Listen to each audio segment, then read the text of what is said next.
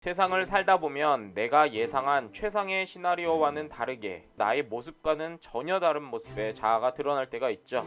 그럴 때에는 좌절감이 들기 마련인데요. 이러한 좌절감에서 어떻게 벗어날 수 있을까요? 네, 얼마 전에 슈가데디 자본주의라고 하는 이 책을 읽었습니다.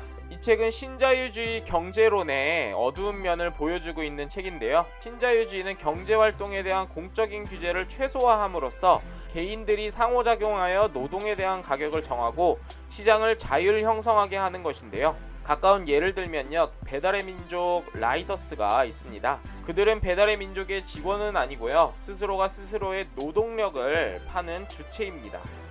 그들에게는 공적인 규제가 없고 배달비도 상호 간의 협의를 통해 이루어집니다. 그들은 배달 건수마다 가격을 매겨서 그 건수마다 돈을 벌고 있죠. 일한 만큼 돈을 벌기 때문에 많이 일하면 많은 돈을 얻을 수 있다는 아주 이상적인 그러한 시스템을 갖추고 있습니다.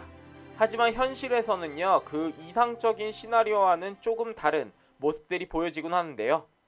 라이더들은 배달을 잡기 위해서 항상 경쟁을 해야만 합니다.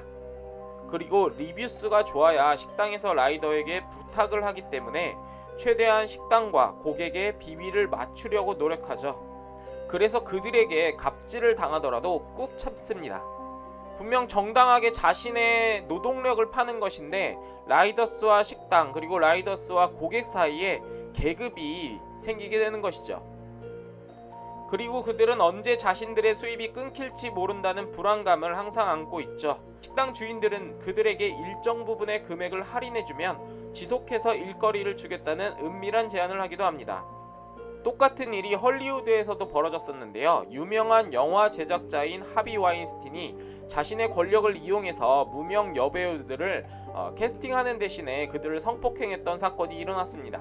언제라도 일자리를 잃을 수 있고 기회가 다시는 찾아오지 않을 것 같았던 여배우들은 권력자인 하비 와인스틴에게 굴복할 수밖에 없었죠. 굳이 그렇게까지 해야 하나 이렇게 생각하시는 분들도 있을 텐데요. 규제 없이 권력을 쥔 기업이나 개인과 협력하지 않으면 업계에서 살아날 수 없는 시스템이기에 이러한 일들이 발생한 것이죠.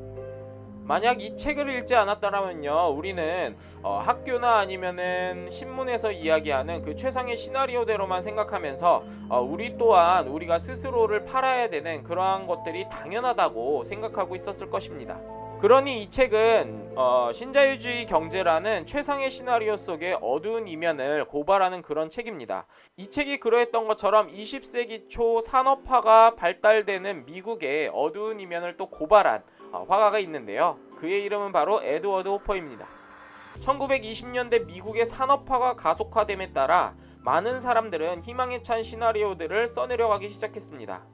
기계가 인간의 노동을 대신함에 따라 인간의 삶이 더 편해질 것이고 윤택해진다는 것이죠. 뿐만 아니라 금융경제가 발달함에 따라 돈이 없어도 아이디어가 있으면 투자를 받아 사업을 할 수 있고 돈이 있는 사람들은 투자를 통해 더 많은 부를 축적할 수 있다는 희망을 갖습니다. 이러한 최상의 시나리오 덕분인지 수많은 화가들이 산업화를 긍정하는 그런 그림들을 그리는데요. 하지만 에드워드 호퍼는 산업화, 금융화의 진행에 따라오는 어두운 면들을 발견합니다. 그리고 그는 그것을 캔버스에 옮기기 시작하죠. 망해버린 농촌, 급격히 사라진 가족화, 급격히 발전하는 섹스 산업 등등의 모습은 산업화의 이상적 모습과는 거리가 멉니다. 처음에는 많은 사람들이 이 그림을 보고 굉장히 음산한 분위기를 펼치고 현실과는 조금 동떨어진 그림이다 이렇게 평가를 했었습니다. 하지만 그의 그림이 마치 예언이었던 것처럼 금세 미국에서는 이러한 일들이 만연해지고 문제로 인식됩니다.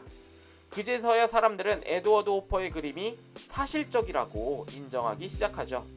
그리고 그들은요, 에드워드 호퍼를 사실주의 화가로 분류하기 시작합니다. 그러한 문제들은 미국이 경제 대공황과 세계대전을 겪으면서 심각한 사회 문제로 대두되게 됩니다. 이 슈거데디 자본주의라는 책이나 아니면 에드워드 호퍼의 그림들을 우리는 어떻게 해석할 수 있을까요? 우리는 이 책과 그리고 에드워드 호퍼의 그림을 보고 단순히 역사적으로 이러한 일들이 있었구나 라고 하는 정도에 그치지 않는다는 점입니다.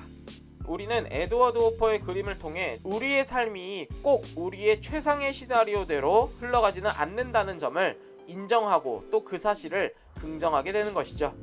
우리가 문제를 가지고 있을 때 문제를 해결하는 그 첫 번째 방법은요, 그 문제가 무엇인지 정확하게 인식하고 정의하는 것입니다. 세상을 살다 보면 내 예상이나 바램과는 다른 결과를 맞닥뜨릴 때가 있죠. 대부분의 사람들은 내 시나리오는 완벽한데 불행이 생긴 것이라며 문제를 부정합니다. 하지만 충분히 최상의 시나리오와는 다른 일들이 벌어질 수 있는 것입니다. 이 사실을 에드워드 호퍼의 그림들이 보여줍니다. 이를 통해 우리는 우리의 시나리오에도 분명 어두운 면들이 존재할 수 있다는 것을 인정하게 됩니다. 그리고 에드워드 호퍼가 그랬던 것처럼 그것을 부정하지 않고 사실적으로 정의할 필요가 있다는 것을 알게 되죠. 우리의 삶이 우리의 최상의 시나리오대로 되지 않을 때가 있어요. 그럴 때 우리는 대체 왜 내 예상과는 다르지 하면서 좌절하고 이것은 내 인생에서 일어나서는 안 되는 일이야 하면서 그것을 부정할 때도 있습니다. 하지만 그렇게 부정하고 나면 그 문제는 계속해서 생겨날 뿐이죠.